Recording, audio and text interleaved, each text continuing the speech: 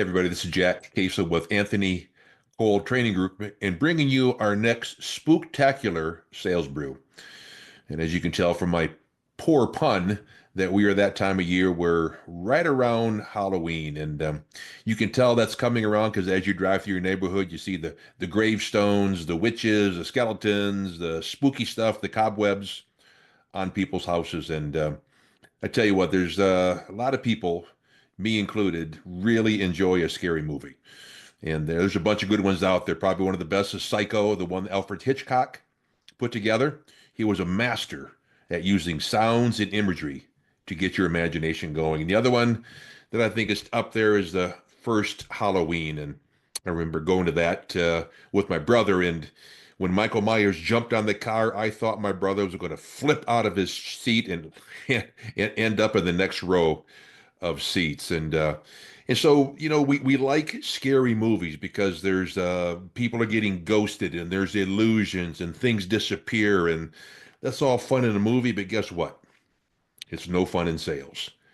So let's talk a little bit about why that occurs. Why did we get ghosted? Why did we chase an illusion? Why did things disappear on us? And maybe figure out what we can do to fix it. So the first thing we need to figure out is, do they have a problem? And this is where we get a lot of illusions. They may have a circumstance, they may have a situation, but it's not a problem. So what we got to figure out is two things. Number one, what's the impact of that situation occurring? We got to ask the great S word. Suppose this continues. How will it affect you and your company moving forward? Remember, folks, if there's no problem, there's no opportunity. We got to make sure there's an impact, and what will that impact be if they don't fix it?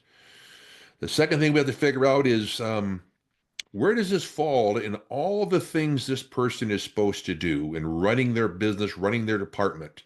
What priority have they given this situation, and what has to happen before they can fix it? And what we want to do is go too fast. We want to take a relationship, put it in the microwave oven, turn it on high for 20 minutes. And really, that relationship belongs in the slow cooker where the juices can marinate and things can happen over time. And so don't get in such a rush that we want to get this thing done, and they simply don't have the time, money, or resources to make this problem go away. The next thing is, we don't set the expectation for a decision. And guess what, folks?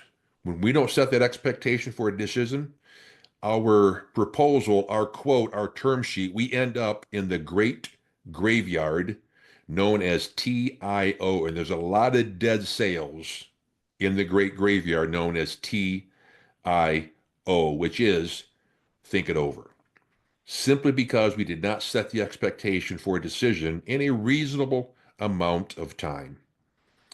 And then the last thing is simply when we get down and present our solution, we are simply afraid to ask for the order.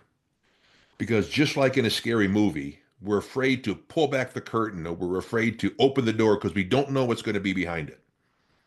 Folks, my favorite answer is yes. My second favorite answer is no. Because folks, if we don't do this, if we don't set the expectation for a decision, we hand them our candy.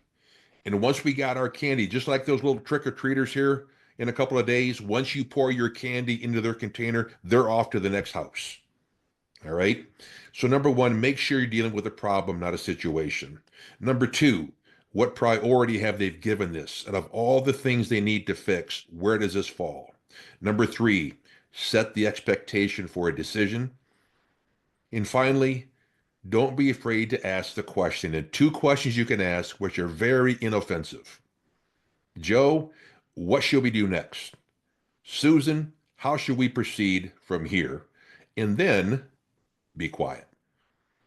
Folks, I hope you have a great Halloween.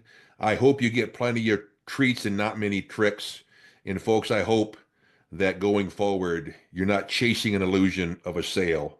You're not getting ghosted because you didn't sound like somebody worth talking to. And hopefully you didn't get fooled. Have a great day. Go have some fun. And thanks for listening to this broadcast.